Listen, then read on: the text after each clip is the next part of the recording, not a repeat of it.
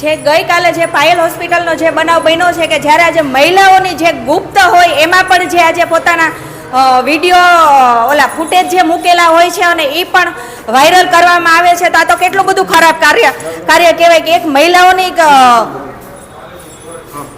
જે મહિલાઓ આરે જે હમણાં અન્યાય થાય છે એ બરાબર, બેનો દીકરીઓ માથે બળાત્કાર થઈ છે બરાબર, પણ હવે તો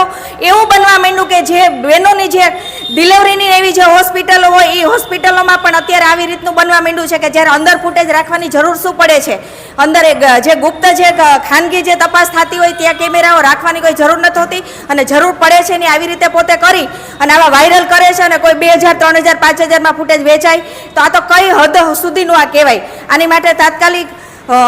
સરકારે પણ પગલાં લેવા જોઈએ, તાત્કાલિક એના ઉપર ગુનો દાખલ કરવો જોઈએ અને એ ગુનો દાખલ નહીં કરે તો અમે બધા કોંગ્રેસના બહેનો થઈ અને ગુનો દાખલ અમે કરશું. સાંજ સમાચાર ફેસબુક પેજને લાઇક કરો, વિડીયો શેર કરો અને વધુ વિગતવાર સમાચાર માટે sanssamachar.net વિઝિટ કરો.